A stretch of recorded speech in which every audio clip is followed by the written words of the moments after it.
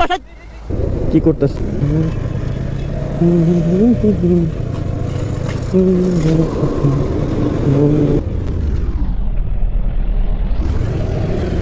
না করতেছে, কথা বলি কি বলে।